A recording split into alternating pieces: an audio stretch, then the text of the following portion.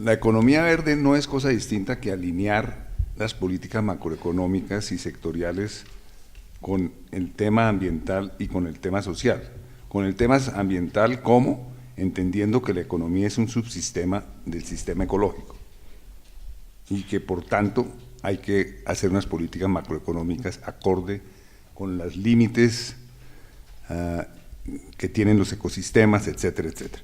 Y naturalmente una política social por la justicia, etcétera, etcétera. Entonces, digamos, ahí hay una enorme tarea que hacer. Yo creo que una de las principales es justamente ir penetrando el tema de las políticas macroeconómicas y sectoriales con el tema ambiental.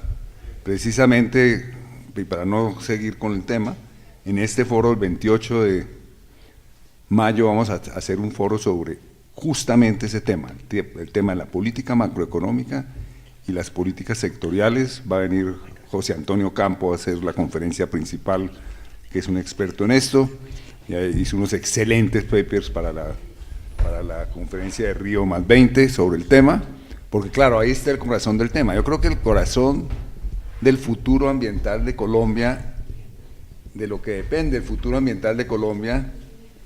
Bueno, Alejandro, muchas gracias por haber venido.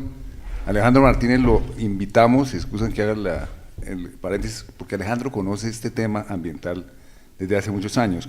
Él trabajó con nosotros cuando se hizo la ley 99-93, y Alejandro participó muy activamente en el comité técnico asesor del Ministerio del Medio Ambiente para hacer la primera decreto de licencias ambientales.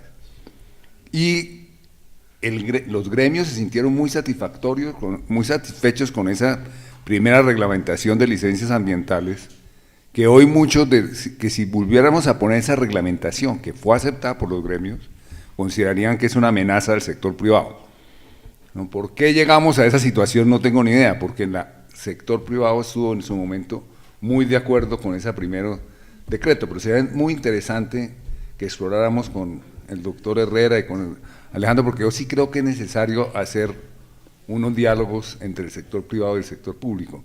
Y antes de que te fueras, porque quería decirlo, yo sí creo que se ha perdido una gran confianza en el sector ambiental, en público, y hay que recuperarla. ¿Cómo se hace? No tengo ni idea.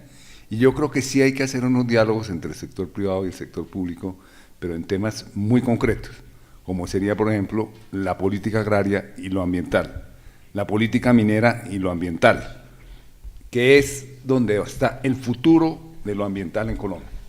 Están en la política agraria, en la política minera y petrolera y en la política urbana, digamos, para tomar esos tres casos, y obviamente en la infraestructura, pero esos tres casos son absolutamente clave. Entonces uno sí podría mirar la política minera en un diálogo en el sector privado, sector público. La política agraria del futuro, obviamente, tiene que ver con la paz, en un diálogo, y en la política urbana. Y en casos muy concretos, porque por ejemplo el doctor Herrera se refería a que hemos sido muy creativos en la creación de instrumentos ambientales. Bueno, a mí me gustaría tener un diálogo con el sector privado y con el Ministerio del Medio Ambiente para entender por qué desmontaron dos de los más creativos instrumentos ambientales, la tasa de uso del agua, que está desmontada en Colombia, y la tasa retributiva, que está desmontada. Después de que la tasa retributiva fue aplaudida internacionalmente como una gran innovación colombiana, se desmontaron ambas tasas. Mi hipótesis es que se desmontaron porque el sector privado las desmontó. Entonces la pregunta que yo quiero hacerle al sector privado es, bueno, entonces ¿de qué estamos hablando? Es que el agua en Colombia es gratis, entonces, y por consiguiente se puede aspiferrar. Yo sé por qué las desmontaron, eran mortales para la gente que estaba contaminando. Exacto, por eso. Entonces digamos, yo creo que el diálogo, con el cual estoy de acuerdo con Alejandro que hay que hacerlo, tendría que ser cuestiones tan concretas como esas. Por ejemplo, miramos la gran creatividad que mencionaba el doctor Herrera, porque esa gran creatividad, como sería vulgarmente, la capó y la castraron cuando estaban ahí como unos grandes innovaciones, ¿no? Entonces yo creo que sí tenemos que entrar a hablar cosas muy concretas para poder aclarar, pero definitivamente yo creo que en el diálogo sobre la economía verde, entendiendo por tal la economía, las políticas sectoriales y las políticas macroeconómicas, está parte del secreto. Obviamente que hay que fortalecer la institucionalidad ambiental, ¿no? Como es obvio, ¿no? Sobre eso ya se hablaba mucho.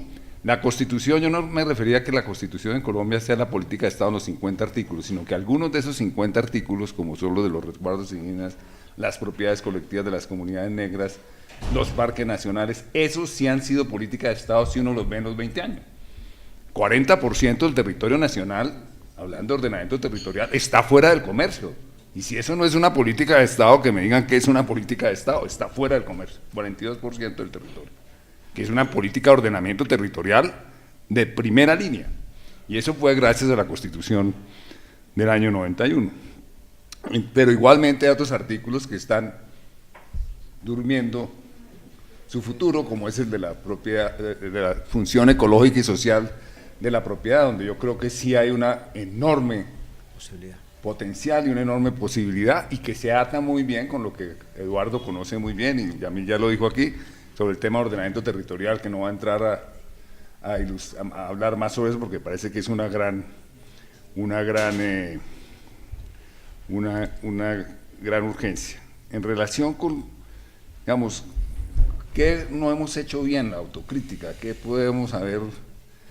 Bueno, yo creo que hemos fallado básicamente en generar, y de quién es la responsabilidad, pero puede ser mucho del sector ambiental, de nosotros, de generar un lenguaje común con el sector privado. Y tratar de construir un lenguaje en el cual nos pongamos de acuerdo, un discurso en el cual nos pongamos de acuerdo. ¿Cómo se hace eso? No tengo ni idea, pero con la doctora Cecilia yo estuve de panelista en un foro sobre infraestructura el pasado viernes, y me sentí en la soledad más absoluta, porque claramente y ahí había gente muy representativa del sector privado, como el presidente de la ANDI, y gente del sector público de primera línea, todos interesados en ver cómo diablos se sacaba 4G adelante. Pues obviamente todos estamos de acuerdo que hay que sacar las carreteras de cuarta generación, pero todo el tiempo la afirmación implícita era: el medio ambiente es un obstáculo, y oh sorpresa, las comunidades son un obstáculo, que es lo que dice el documento Pines, que es una monstruosidad. Pues es que si el 4G no es para las comunidades, entonces ¿para quién es? ¿De qué estamos hablando? ¿No? ¿De qué es lo que estamos hablando en este país? Si hay unas comunidades que se oponen, ¿por qué se oponen y cómo sería la forma de acordar con ellas justamente que haya una justicia ambiental y social cuando se construye el 4G? Y le echan la culpa a la Constitución del 91 por haber tolerado, permitido y fomentado la participación ciudadana. Exacto. Y hoy en día quieren además, entonces digamos, cuando uno lee lo del Pines y todas estas cosas lo que hay en ese documento COMPES, pues uno queda muy aterrado. Y fue lo que nos dijeron en ese foro. Digamos, yo era como a mí me invitaron a eso, pero claro, eran 3 panelistas totalmente interesados en el 4G. Juan Martín Caicedo, la ministra de Ecuador, que mostró cómo se habían hecho las carreteras en Ecuador, sin mirar el medio ambiente, lo digo, y sin mirar a nadie, sino de una, ¿no?